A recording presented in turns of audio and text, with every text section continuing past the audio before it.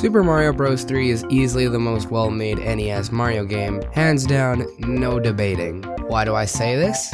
Because it's just so blatantly obvious. Mario 1 was great, but it was definitely the most popular NES Mario game rather than the most polished. And Mario 2 was forgotten, never to be thought about again. But they were still fun, just not as fun as this one. And hey, before the video starts, I just wanted to quickly address that my footage of Worlds 7 and 8 got corrupted, so I can't be sharing those in this video, but thank you for sticking around anyway.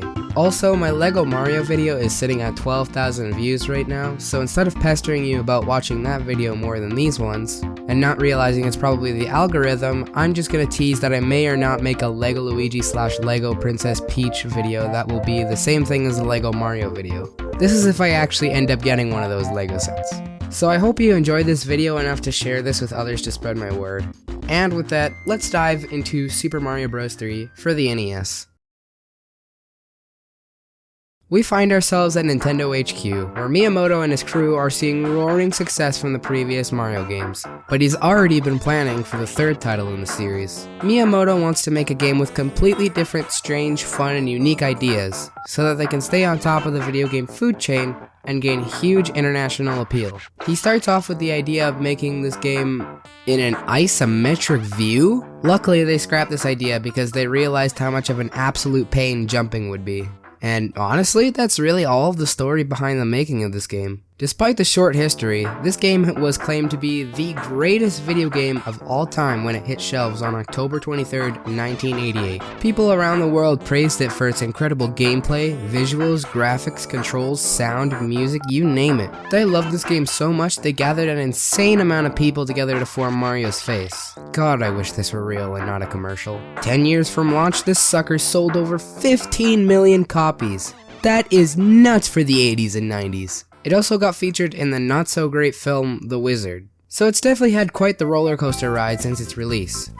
But what makes it so great? Well, to start, everything looks and feels so much better than the first two games ever did. At least, it does if you're not playing the All-Stars version like I am. God, this is some of the best sprite work the NES has to offer. Of course, starting up the game kicks us into a world map. This has never been seen in a Mario title and is one of the best additions to the Mario series ever. The world map will have goodies like mushroom houses to get extra lives and power-ups, and enemy fights, which are mostly Hammer Bros. When we start the first level, we're greeted with a much more open and interesting level design than the first two games. Now the camera has the ability to follow Mario pretty much anywhere. It gives a dump truck of opportunity for much more unique level design, and I am all here for it. Mario also moves very fluidly, albeit a little less slippery than Super Mario World. But that's all the merrier because personally, I prefer how this game controls. I feel like the only time my jumps aren't landing when they're supposed to is when I'm being an idiot and not looking at Mario himself. Okay, so we're in the game, and after we grab our first mushroom and stomp on a Koopa, we can pick up that Koopa shell that we would normally just kick. Throwing that Koopa shell at this question block will surely reveal something interesting, right? What the? A leaf? The hell am I supposed to do with this? I'm a furry. Great, okay, well maybe if I run with this thing it'll do something. Oh my god, I'm flying! Thank you, Nintendo! So we have the Super Leaf, which will turn us into Raccoon Mario. As you already saw, we can fly with it, and we can use it to whack enemies with our tail, and wow, I don't like this ability. It whacks way too slow for me not to get hit trying to hit something. Whatever. Let's move on to the next power-up. Next is the Frog Suit, which makes walking super awkward and slow, but swimming is 10 million times better since you can swim in 4 directions instead of just up and down. Next is the Tanuki Suit, which is the Super Leaf, but by pressing down and B at the same time, you can turn into a statue and will be immune to enemies for a very short period. Then we have the Hammer Suit, which can allow Mario to throw hammers, as it's an arc and it is extremely imprecise. There are some power-ups for the world map, but they're very minuscule, so if you want to see what they do, search it up or play the game. One world map power-up I will mention though is the Warp Whistle. It is found in the first 2 worlds and will transport Mario to a warp island with different pipes depending on where you are in the game. Pro tip, if you already used the Warp Whistle and have another on the warp island, use the second one to transport yourself all the way to World 8. If you're beating the game without a warp whistle, you'll find that each world has its own unique themes, and each of them with one or more castles with the mid-boss Boom Boom and a big castle. This is where you'll find out that the king of that world has been transformed by one of Bowser's 7 Koopalings. Now you need to go atop the Koopalings' airship to beat them and get their magic wand to turn the kings back to normal. Each Koopaling has a slightly different attack pattern from the last, but they generally will chase after you from whatever side of them you're on. Of course, when you reach World 8, you'll fight Bowser in his castle.